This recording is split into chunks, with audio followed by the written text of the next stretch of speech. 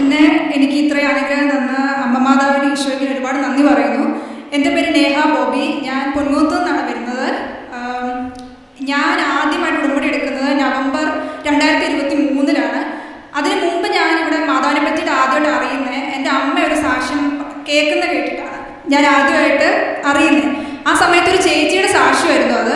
അതിനകത്ത് ആ ചേച്ചി പറയുന്നത് 6 നിയോഗം വെച്ചു, 6 സാധിച്ചു. അത് കഴിഞ്ഞ് വേറെ 6 കൂടെ അങ്ങനെ പറയുന്നതായിട്ട്. അപ്പം ഞാൻ അമ്മയോട് ചോദിച്ചു, ഇതെന്താ ഇത്ര അനുഗ്രഹങ്ങൾ ഇങ്ങനെ കൊടുക്കുന്നത്? അപ്പം അമ്മ പറഞ്ഞു അതങ്ങനെയാണെന്ന് പറഞ്ഞു. പക്ഷേ എനിക്ക് ആ സമയത്ത് ഇവിടെ വിശ്വാസമൊന്നും ഇല്ലായിരുന്നു. ഞാനിങ്ങനെ കുറേ ട്രോളൊക്കെ കേട്ടതുകൊണ്ട് എനിക്ക് അങ്ങനത്തെ വിശ്വാസങ്ങൾ അധികം ഇവിടെ ഇല്ലായിരുന്നു. അത് കഴിഞ്ഞ് എനിക്ക് +1 എൻ്റെ പെടലി ഒന്ന് വെട്ടിയായിരുന്നു. അതിന് മുമ്പ് തൊട്ട് എനിക്ക് ഇമ്മ്യൂണിറ്റി തീരെ ഇല്ലായിരുന്നു. എപ്പോഴും എനിക്ക് വേദനയാണ്, എപ്പോഴും എനിക്ക് അസുഖമാണ്. ഞാൻ അനുഭവിക്കാത്ത വേദനയൊന്നുമില്ല. എനിക്ക് കോളേജിലൊന്നും പോകാനേ പറ്റത്തില്ലായിരുന്നു. എനിക്ക് ലീവൊക്കെ എടുക്കുമ്പോൾ ഞാൻ ടീച്ചേഴ്സിനോട് ഇത് പറയുമ്പോൾ അവർക്ക് മനസ്സിലാകത്തില്ല, എൻ്റെ ഫ്രണ്ട്സിനോട് പറയുമ്പോൾ അവർക്ക് മനസ്സിലാകത്തില്ല. ഞാൻ ഒരു 1.5 മണിക്കൂറൊക്കെ ഉണ്ട് എനിക്ക് ട്രാവൽ.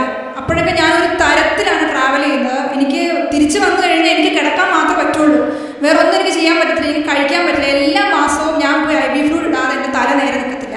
എനിക്ക് അതുപോലെ മേലായിരുന്നു. എപ്പോഴും എനിക്ക് നടുവേദന, ഒരു ജലദോഷമൊക്കെ ആർക്കെങ്കിലും വന്നാൽ എനിക്ക് അപ്പം കിട്ടും. അത് പിന്നെ സൈനസൈറ്റിസ് ആവും, പിന്നെ പനിയാവും, പിന്നെ എനിക്ക് എണീക്കാനേ പറ്റത്തില്ല. അതുപോലെ മരുന്ന് ഞാൻ എടുക്കുമായിരുന്നു എനിക്ക് അസുഖം കാരണം. അങ്ങനെ ഞാൻ ഉടമ്പടി എടുത്തത് 2023 നവംബറിൽ. അത് കഴിഞ്ഞ് 2024 ഹോളി വീക്കിൻ്റെ ടൈമിൽ എനിക്കൊന്ന് ബുധനാഴ്ച, അതായത് പെസഹ ബുധൻ്റെ ആ സമയത്തായിരുന്നു. രാവിലെ എണീറ്റപ്പം എനിക്ക് എൻ്റെ ഈ വലത് കണ്ണിന് ഭയങ്കര വേദന.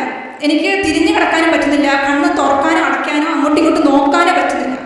അപ്പോൾ ഞാൻ രാവിലെ എണീറ്റ അമ്മയോട് പറഞ്ഞു, അമ്മ എനിക്കിങ്ങനെ കണ്ണെന്തോ വേദന ഉണ്ട്. അപ്പോൾ അമ്മ പറഞ്ഞു ചിലപ്പോൾ നീ തിരിഞ്ഞ് കിടന്നതിൻ്റെ ആയിരിക്കും എന്ന് പറഞ്ഞു. അപ്പോൾ ഞാൻ വിചാരിച്ചു ചിലപ്പോൾ അതായിരിക്കും, തിരിഞ്ഞ് കിടന്നതിൻ്റെ ഞെങ്ങി ഇങ്ങനെ കിടന്നതിൻ്റെ ആയിരിക്കും എന്ന് വിചാരിച്ചു. പക്ഷെ ഒരു ഉച്ചയൊക്കെ ആയപ്പോഴത്തേനും എനിക്ക് തീരെ കണ്ണ് അടയ്ക്കാനോ നോക്കാനോ ഒന്നും പറ്റുന്നില്ല. എൻ്റെ കണ്ണിങ്ങനെ ചെറുതായി വരിക. അപ്പം ഞാൻ കണ്ണാടിയിൽ പോയിട്ട് എനിക്ക് മൂള് വശത്താണ് വേദന. അപ്പം ഞാൻ ഇതൊന്ന് പൊക്കിയിട്ട് ഇങ്ങനെ നോക്കിയപ്പോൾ അത് മണ്ടാശം മുഴുവൻ മഞ്ഞ നിറത്തിൽ വീർത്തിരിക്കുകയാണ്. അപ്പോൾ അത് ഭയങ്കര, അത് കാരണമാണ് ഈ വേദന എടുക്കുന്നത്. അതിൻ്റെ റീസൺ ഒന്നും അറിയത്തില്ല. അത് കണ്ടപ്പോൾ അമ്മയ്ക്ക് മനസ്സിലായി ഇതെന്തോ സീരിയസ് ആണ്. അതിൻ്റെ കൂടുതൽ എനിക്ക് വൊമിറ്റ് ചെയ്യാനും വരുന്നുണ്ട് ഈ വേദന കൂടിയിട്ട് ഈ കണ്ണിൻ്റെ. അപ്പോൾ അന്ന് ഐ ഹോസ്പിറ്റലിൽ പോകാനായിട്ട് നോക്കിയപ്പോൾ ഡോക്ടറില്ല. അപ്പോൾ അന്നത്തെ രാത്രി ഞാൻ എങ്ങനെയാണ് ഉറങ്ങിയത് എനിക്കറിയില്ല. എനിക്ക് ഉറങ്ങാൻ പറ്റത്തില്ല, കണ്ണടയ്ക്കാനോ ഒന്നും പറ്റില്ല, അതുപോലെ വേദനയാണ് എനിക്ക്. അത് കഴിഞ്ഞ് അതിൻ്റെ പിറ്റേ ദിവസം അപ്പോയിൻമെൻറ്റ് കിട്ടി. ആദ്യം ചെന്ന് പറഞ്ഞപ്പോൾ ഡോക്ടർ പറഞ്ഞു മേ ബി പ്രൊജക്റ്റൊക്കെ ചെയ്യുന്നത് കൊണ്ട് ഡ്രൈ ആയതായിരിക്കാം, കൂടുതൽ സ്ക്രീൻ ടൈം ഉള്ളതുകൊണ്ട് അങ്ങനെ വല്ലതും ആയിരിക്കാം, ഏതായാലും ഒരു ടെസ്റ്റ് ചെയ്തോളാൻ പറഞ്ഞു. അങ്ങനെ എനിക്ക് ബ്ലഡ് ടെസ്റ്റുകൾ തന്നു. ബ്ലഡ് ടെസ്റ്റ് തന്ന് അതിൻ്റെ പിറ്റേ ദിവസം രാവിലെ ഞങ്ങൾ ബ്ലഡ് ടെസ്റ്റ് ചെയ്യാൻ കൊടുത്തു. അത് കഴിഞ്ഞ് ബ്ലഡ് ടെസ്റ്റിന് റിസൾട്ട് കിട്ടിക്കഴിഞ്ഞ് ഞങ്ങൾ ഐ ഹോസ്പിറ്റലിൽ ഒന്നുകൂടെ പോയി കാണിച്ചപ്പോൾ ആ ഡോക്ടറിൻ്റെ ഫേസ് ആകപ്പാടെ മാറി. എൻ്റെ CRP 28.9 ESR 30. അപ്പം എൻ്റെ CRPയുടെ ഒക്കെ റേറ്റ് കണ്ടപ്പോഴത്തേനും ആ ഡോക്ടർ എന്നെ ഒരു വല്ലാത്ത രീതി നോക്കിയിട്ട് ചോദിച്ചു, മോളെ ശരീരത്തിൽ എവിടെ നല്ല ഇൻഫ്ലമേഷൻ ഉണ്ട്, ബ്ലഡിലാന്ന് തോന്നുന്നു, നല്ല രീതിയിൽ ഇൻഫെക്ഷൻ ഉണ്ട്, എന്താണെന്നറിയില്ല, ചെറിയ പ്രായത്തിൽ അങ്ങനത്തെ ഒരു സീരിയസ് രീതിയിലാണ് ആ ഡോക്ടർ സംസാരിച്ചത്. അത് കേട്ടപ്പോൾ എനിക്കും അറിയില്ല എന്താണ് റീസൺ. ഞാൻ അങ്ങനെയൊന്നും ചെയ്യുന്നില്ല. ഇത്രയും നാൾ എനിക്കിങ്ങനെ വേദനകളോട് വേദന, എൻ്റെ ശരീരത്തിൽ ഇമ്മ്യൂണിറ്റി ഇല്ല, ഇതെല്ലാം ഞാൻ അനുഭവിക്കുന്നുണ്ട്. ആ കൂട്ടത്തിൽ പെട്ടെന്ന് ബ്ലഡ് ഇൻഫെക്ഷനും കൂടെ. എനിക്ക് എന്നാ ചെയ്യേണ്ടതെന്ന് അറിയാൻ പാടില്ലായിരുന്നു. ഞാനും അമ്മയും കൂടെ വെളിയിലിറങ്ങി വന്നപ്പം ആകെപ്പാടെ ഞാനപ്പോൾ മാതാവിനോട് ചോദിച്ചു, ഞാൻ ഉടമ്പടി എടുത്തിട്ടാണ് അത് കഴിയപ്പോൾ ഞാൻ മാതാവിനോട് ചോദിച്ചു, മാതാവെ ഞാൻ ഇത്രയും വേദനകൾ അനുഭവിച്ചു, ഒരു ദിവസം പോലും എനിക്ക് വേദനയില്ലാത്തത്, എന്നിട്ട് പിന്നെയും ഇങ്ങനെ ഒരു ഇൻഫെക്ഷൻ എനിക്ക് തന്നല്ലോ, എന്തെങ്കിലും ആട്ടെ എന്ന് ഞാൻ വിചാരിച്ചു. എന്നിട്ട് ആ ഡോക്ടറിനോട് പറഞ്ഞു, മോളൊരു കാര്യം ചെയ്യുക, ഒരു ഫിസിഷ്യനെ കൂടെ പോയി കാണാൻ എന്നോട് പറഞ്ഞു. അപ്പം അന്ന് ഈ കൺസൾട്ടിങ് കഴിഞ്ഞ് ഞാൻ വീട്ടിൽ ചെന്ന് കഴിഞ്ഞപ്പം ആകെപ്പാടെ ഒരു മൂകത അവസ്ഥയാണ് എൻ്റെ വീട്ടിൽ. കാരണം എൻ്റെ അവസ്ഥ എൻ്റെ അമ്മയ്ക്ക് നന്നായിട്ട് അറിയാം. ഞാൻ അനുഭവിക്കുന്ന വേദന മുഴുവൻ, എടുക്കുന്ന മരുന്നുകൾ മുഴുവൻ. അപ്പോൾ അന്ന് ഞാൻ വീട്ടിൽ ചെന്ന് കഴിഞ്ഞ് ആകെപ്പാടെ എനിക്ക് എന്നാ ചെയ്യേണ്ടതെന്ന് അറിയത്തില്ല. ഞാൻ യൂട്യൂബ് തുറന്നപ്പം എവിടുന്നാന്ന് അറിയത്തില്ല, ഏതോ ഒരു വീക്കിലെ ഒരു ധ്യാനം വന്ന് കിടപ്പുണ്ട്. ഞാൻ അതുവരെ ധ്യാനം ഒന്നും കൂടാറ്, എൻ്റെ ഫസ്റ്റ് ഉടമ്പടി ഞാൻ അത്ര നന്നായിട്ടൊന്നും അല്ല പഠിച്ചുകൊണ്ട് പോയിക്കൊണ്ടിരുന്നത്. ഞാൻ ധ്യാനം ഒന്നും അങ്ങനെ കൂടാറില്ലായിരുന്നു. പക്ഷെ ആ ധ്യാനം വേറെ വഴിയില്ലെൻ്റെ ഫ്രണ്ടിൽ, എനിക്ക് ഇനി ഇതെങ്ങനെ മാറണമെന്നൊന്നും അറിയത്തില്ല. അപ്പം ഞാൻ ഒരു കാര്യം ചെയ്യാൻ ധ്യാനം കൂടാമെന്ന് വിചാരിച്ചു. ധ്യാനം കൂടി. എൻ്റെ ജീവിതത്തിൽ ഇന്നേ വരെ ഞാൻ അങ്ങനെ പ്രാർത്ഥിച്ചിട്ടില്ല. ലാസ്റ്റത്തെ ധ്യാനിപ്പിക്കുന്ന ആശീർവാദ സമയം അച്ഛൻ പ്രത്യേകം പറഞ്ഞു, ഇതിൻ്റെ ഇടയ്ക്ക് ബ്ലഡിൽ ഇൻഫെക്ഷൻ ഉള്ളവരുടെ ബ്ലഡിൽ ഈശോയുടെ ഒരു തുള്ളി രക്തം വീണ് പ്യൂരിഫൈ ചെയ്യുന്നുണ്ട്, അങ്ങനെ ഒരു സ്റ്റേറ്റ്മെൻറ്റ് അച്ഛൻ പറഞ്ഞു. ഞാൻ ഉറച്ചു വിശ്വസിച്ചത് ഞാൻ തന്നെ ആയിരിക്കുന്നു. കാരണം ഇത്രയും വർഷമായിട്ട് ഞാൻ അനുഭവിച്ചുകൊണ്ടിരിക്കുകയാണ് ഈ വേദനകൾ മുഴുവൻ. പനി, ജലദോഷം, ഈ സൈനസൈറ്റിസ്, അതിൻ്റെ വേദന എല്ലാം എൻ്റെ കൂടുതൽ ഇതും.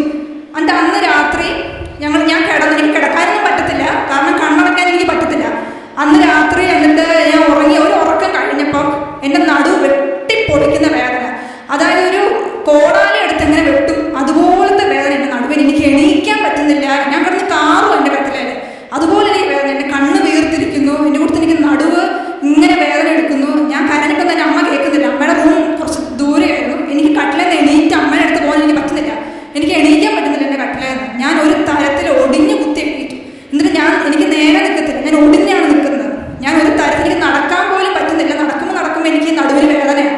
ചില്ലറ വേദനയൊന്നും അല്ലായിരുന്നു, ഭയങ്കര വേദന. ഞാൻ കരഞ്ഞ് ലാസ്റ്റ് അമ്മയുടെ മുകളിൽ ചെന്ന് പൊട്ടി. അമ്മ നോക്കിയപ്പോൾ ഞെട്ടിപ്പോയി, ഞാൻ ഒടിഞ്ഞാണ് നിൽക്കുന്നത്. എന്നിട്ട് അമ്മ എന്നെ പെട്ടെന്ന് തന്നെ റൂമിലേക്ക് കൊണ്ടുപോയിട്ട് തിരുമിയൊക്കെ തന്നു, എനിക്ക് മരുന്നൊക്കെ തന്നു. ഒരു രക്ഷയില്ല, എനിക്ക് അതുപോലെ വേദന. ഞാൻ കാറുമാണ് കിടന്നത്. എന്നിട്ട് ഞാൻ എവിടുന്നാന്ന് അറിയില്ല, എനിക്ക് പെട്ടെന്ന് വൊമിറ്റ് ചെയ്യാൻ വന്നു. ഞാൻ പോയി വൊമിറ്റും ചെയ്തു. ഞാൻ അവിടെ കിടന്നാണ് വൊമിറ്റ് ചെയ്തത്. എനിക്ക് നേരെ നിൽക്കാൻ വയ്യ, എൻ്റെ കണ്ണിന് വയ്യ, എനിക്ക് വൊമിറ്റിങ്ങും കൂടെ. ഒരു തരത്തിൽ ഞാൻ വന്ന് കട്ടിലെ കിടന്നു തിരിച്ച്. എൻ്റെ അമ്മ എനിക്ക് തിരുമ്മി തന്നുകൊണ്ടിരിക്കുക. ആ സമയത്ത് ഞാൻ ഈ വേദനയുടെ പീക്ക് എത്തിയപ്പോൾ ഞാൻ ഈശോയോട് പറഞ്ഞു, ഈശോ ഒന്നേ എന്നെ കൊണ്ട് വിളിക്കുക, അല്ലെ ഇതെനിക്ക് മാറ്റി, എനിക്ക് ഇനി അനുഭവിക്കാൻ വയ്യാന്ന് പറഞ്ഞ വേദന. അത് കഴിഞ്ഞ് ഞാൻ എപ്പോഴും ഉറങ്ങിപ്പോയി. പിറ്റേ ദിവസം എണീറ്റിട്ട് ഫിസിഷ്യനെ കൺസൾട്ട് ചെയ്യാൻ പോയി. റിസൾട്ടൊക്കെ കാണിച്ചപ്പോൾ ഫിസിഷ്യനും പറഞ്ഞു, എവിടെ ശരീരത്തിൽ നല്ല ഇൻഫെക്ഷൻ ഉണ്ട്, ഒരു കാര്യം ചെയ്യാം, നമുക്ക് ഈ ടെസ്റ്റൊക്കെ ഒന്നുകൂടെ ചെയ്യാമെന്ന് പറഞ്ഞു. അപ്പോൾ തലേദിവസം ഞാൻ ഈ പ്രാർത്ഥന കൂടിയായിരുന്നു.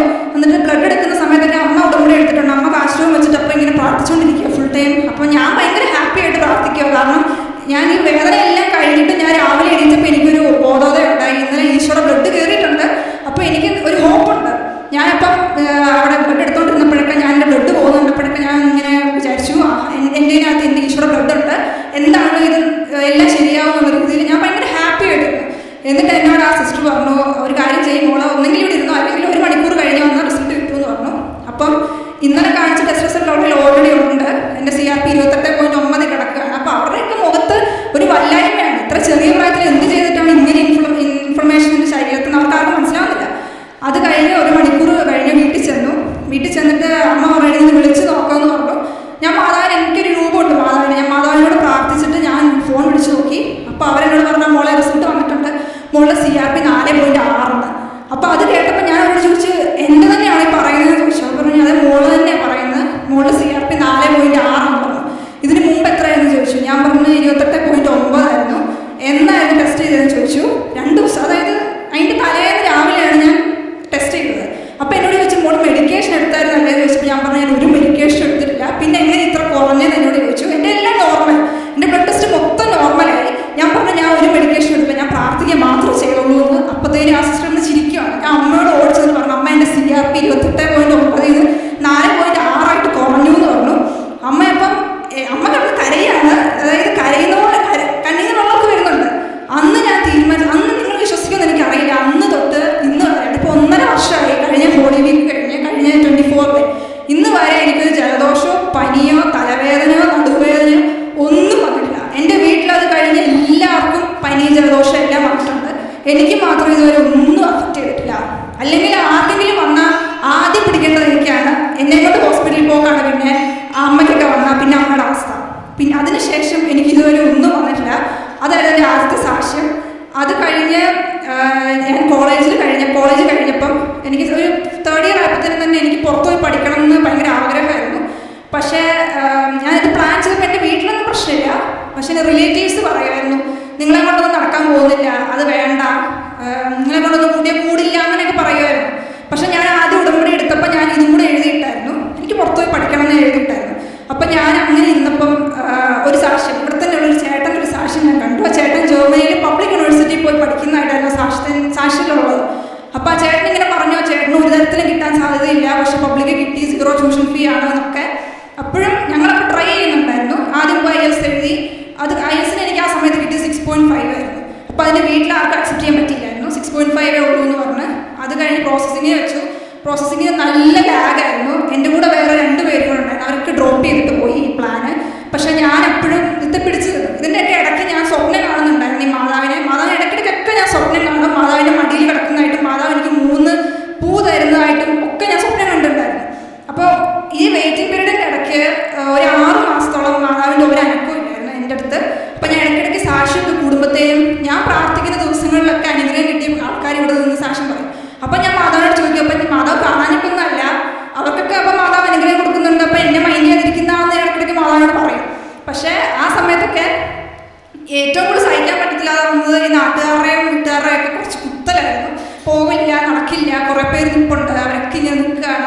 വെറുതെ സമയം കളയാണ് എന്നൊക്കെ ഇങ്ങനെ പറയും. അപ്പോൾ ഒരു ദിവസം ഇങ്ങനെ ഒരുപാട് ഇങ്ങനെ കേട്ട് കഴിഞ്ഞപ്പോൾ എനിക്ക് ഭയങ്കരമായിട്ട് വിഷമമായിട്ട് ഞാൻ എൻ്റെ മുറിയിൽ രാത്രിയിൽ പണ്ടൊക്കെ ഞാൻ പ്രാർത്ഥിക്കുന്നതേ ഇല്ലായിരുന്നു.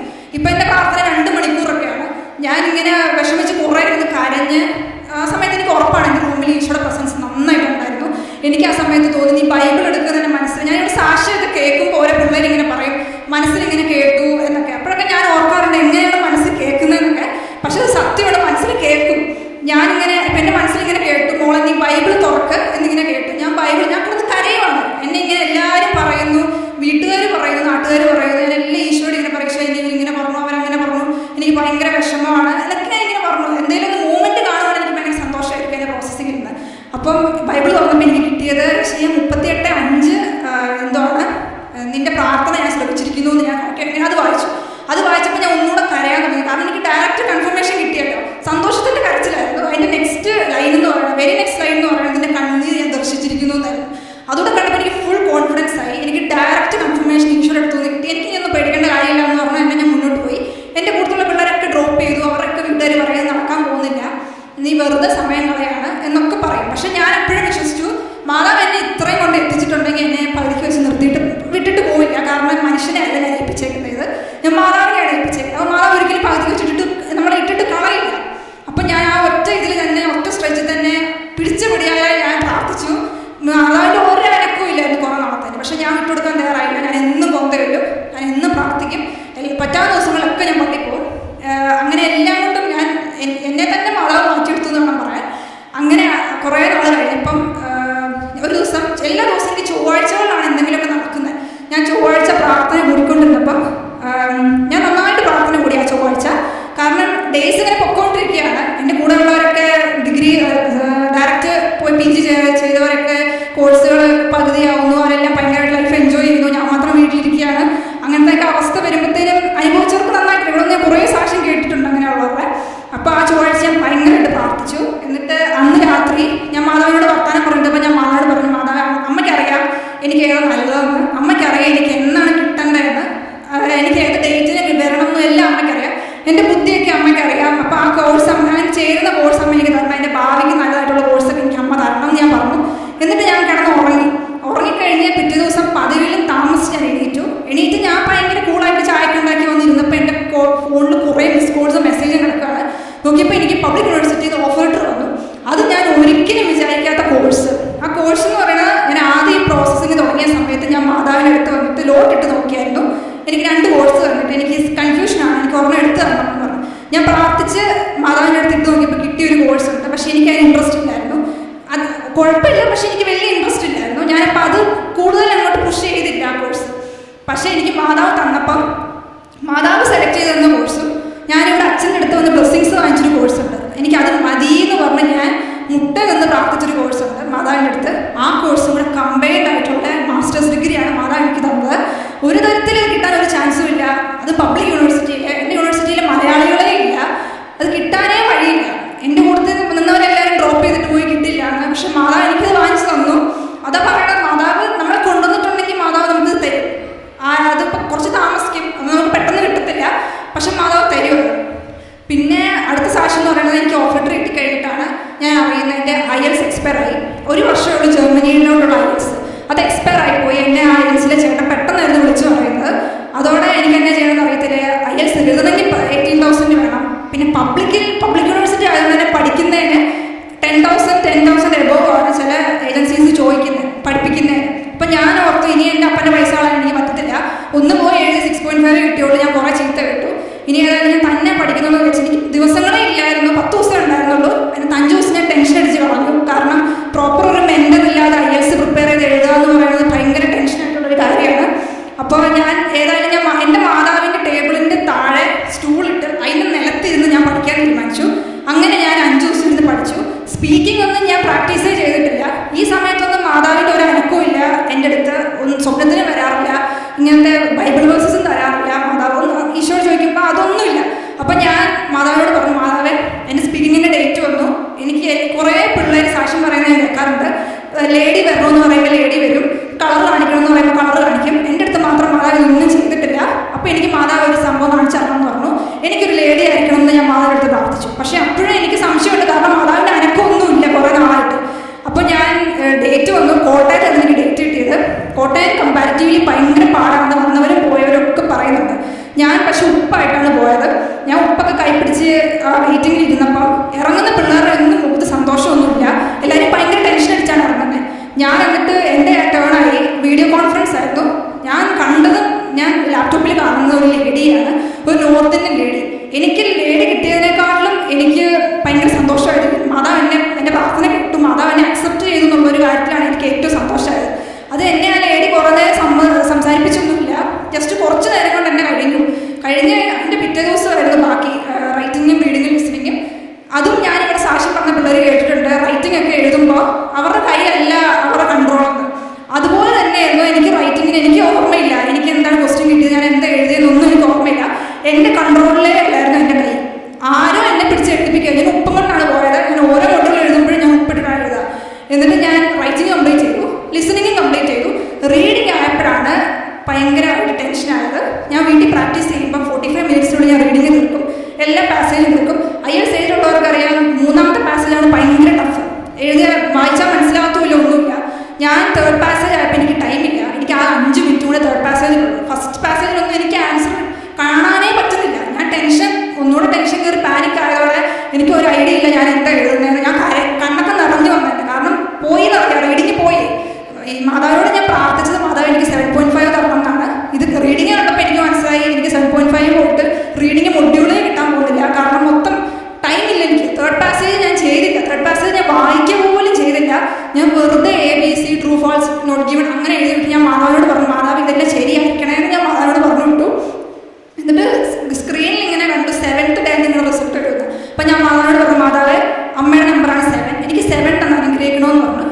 ഒരു തരത്തിൽ എനിക്ക് 7 കിട്ടത്തില്ല, കാരണം റീഡിങ് മൊഡ്യൂളിൽ പോയി. അപ്പം എനിക്ക് 7 കിട്ടാൻ ഒരു ചാൻസും ഇല്ല. 7th ഡേ 6th ഡേ ആയപ്പം ഞാൻ ഡെയിലി ബ്രെഡ് കൂടിക്കൊണ്ടിരുന്നപ്പോഴത്തേന് രാവിലെ എൻ്റെ മനസ്സിൽ ഇങ്ങനെ തോന്നി, റിസൾട്ട് വന്നു, നീ നോക്കാൻ പറഞ്ഞു. അപ്പം ഞാൻ മെയിൽ ചെക്ക് ചെയ്തു. ആദ്യം എനിക്ക് മെയിലാണ് വന്നത്, ആദ്യത്തെ IELTS മെയിൽ ചെക്ക് ചെയ്തപ്പോൾ മെയിലിൽ മെസ്സേജൊന്നും ഇല്ല. അപ്പം എനിക്ക് മനസ്സിൽ തോന്നി, നീ മെസ്സേജ് ചെക്ക് ചെയ്ത് നോക്കാൻ പറഞ്ഞു. ഞാൻ മെസ്സേജ് ചെക്ക് ചെയ്ത് നോക്കിയപ്പോൾ മെസ്സേജിൽ റിസൾട്ട് വന്ന് കിടപ്പുണ്ടെന്ന് കാണിച്ചു. ഞാനപ്പോൾ തീരുമാനിച്ചു ഏതായാലും ഡെയിലി ബ്രെഡ് മൊത്തം കൂടിയിട്ടേ ഉള്ളൂ എന്ന് പറഞ്ഞു. ഞാൻ ഡെയിലി ബ്രെഡ് കൂടിക്കഴിഞ്ഞ് മെസ്സേജ് തുറന്ന് നോക്കിയപ്പോഴത്തേക്കും എൻ്റെ റിസൾട്ട് കിടക്കുന്നു. എനിക്ക് ഓവറോൾ 7.5. എനിക്ക് ഒരു തരത്തിൽ ചിന്തിക്കാൻ പറ്റില്ല എനിക്ക് എങ്ങനെ കിട്ടിയെന്ന്. ഞാൻ പോയെന്ന് വിചാരിച്ചെന്ന് റീഡിങ്ങിന് എനിക്ക് കിട്ടിയത് 7. ഞാൻ മാതാവിനോട് എന്താണോ ചോദിച്ചത് അത് അന്ന് എനിക്ക് മനസ്സിലായി, നമ്മൾ ചോദിക്കുന്നത് നമുക്ക് തരും, നമ്മൾ നന്നായിട്ടിരുന്നാൽ മാത്രം മതി, നമ്മളെ അക്സെപ്റ്റ് ചെയ്യണം. ഇവിടെ അച്ഛൻ ധ്യാനിപ്പിക്കുമ്പോഴൊക്കെ പറയും, ഒരു കടമയെ നമുക്ക് നടക്കാനുള്ളൂ, മാതാവ് നമ്മളെ അക്സെപ്റ്റ് ചെയ്യണമെന്ന്. എനിക്ക് ഏറ്റവും കൂടുതൽ സന്തോഷം എനിക്ക് ഓഫർ കിട്ടിയതോ 7.5 കിട്ടിയതോ ഒന്നുമല്ല, മാതാവ് എന്നെ അക്സെപ്റ്റ് ചെയ്തെന്നുള്ളതായിരുന്നു എൻ്റെ ഏറ്റവും വലിയ സന്തോഷം എന്ന് പറയുന്നത്. ഇത്രയും അനുഗ്രഹങ്ങളൊക്കെ തന്നെ മാതാവിനെ ഈശോയ്ക്കും ഞാൻ ഒരുപാട് നന്ദി പറയുന്നു. എനിക്ക് ഒരു തരത്തിലും ഞാൻ കാരുണ്യപ്രവൃത്തികൾ ഞാൻ ചെയ്യുമായിരുന്നു. ഞാനും അമ്മയാണ് മെയിനായിട്ട് പൊതിച്ചോറ് കെട്ടി ഗവൺമെൻറ് കോളേജ് ഹോസ്പിറ്റലിൽ കൊണ്ട് കൊടുക്കും. പിന്നെ എനിക്ക് എൻ്റെ പപ്പ പോക്കറ്റ് മണിയൊക്കെ തരും. പക്ഷേ എൻ്റെ പപ്പ വിചാരിക്കുന്നത് ഞാനതെല്ലാം വെറുതെ കളയാമെന്നാണ്. ഞാൻ റോഡിൽ കൂടെ വരുന്ന കൈയും കാലൊന്നും ഇല്ലാത്ത നിലത്തൂടെ ഇഴഞ്ഞൊക്കെ പോകുന്ന മനുഷ്യന്മാരുണ്ട്, ഞാൻ അവർക്കൊക്കെ ഈ പൈസ എടുത്ത് കൊടുക്കും. അപ്പോൾ എൻ്റെ പപ്പ ഇപ്പോഴായിരിക്കും അറിയണം ഇതെല്ലാം ഞാൻ ഇങ്ങനെ ചെയ്യുന്നത്. അതെല്ലാം അങ്ങനെ എനിക്ക് പറ്റുന്ന രീതിയിലാണ് എൻ്റെ കാര്യപ്രവർത്തി മുഴുവൻ ചെയ്തുകൊണ്ടിരുന്നത്. ഞാൻ അവർക്കത് കൊടുക്കും. പിന്നെ ആരെങ്കിലും കാണുകയാണെങ്കിൽ ഞാൻ അവർക്ക് ഫുഡ് വാങ്ങിച്ചുകൊണ്ട് കൊടുക്കും. അങ്ങനെയൊക്കെ ഞാൻ ചെയ്യുമായിരുന്നു. അപ്പം മാതാവിനെ ഇവിടെ ഒരു കൊച്ചുകൂടെ സാക്ഷ്യം പറഞ്ഞ് കണ്ടിട്ടുണ്ട്, നിങ്ങൾ പ്രാർത്ഥിച്ചോ നടക്കുമെന്ന്. അപ്പം ഞാൻ എൻ്റെ ഒന്നും നടക്കുന്നില്ലായിരുന്നു. പക്ഷെ ഇപ്പം ഞാനുള്ളത് നിങ്ങളോട് പറയുകയാണ്, നിങ്ങൾ പ്രാർത്ഥിച്ചോ, മാതാവിനെ മുറുക്കെ പിടിക്കുകയാണെന്നുണ്ടെങ്കിൽ മാതാവ് ഒരു തരത്തിലും നമ്മളെ കൈവിടില്ല. കുറച്ച് താമസിക്കും, പക്ഷേ താമസിക്കുന്നത് എപ്പോഴും നല്ലത് തന്നെയാണ്, ഏറ്റവും നല്ലത് നമുക്ക് കിട്ടുള്ളൂ.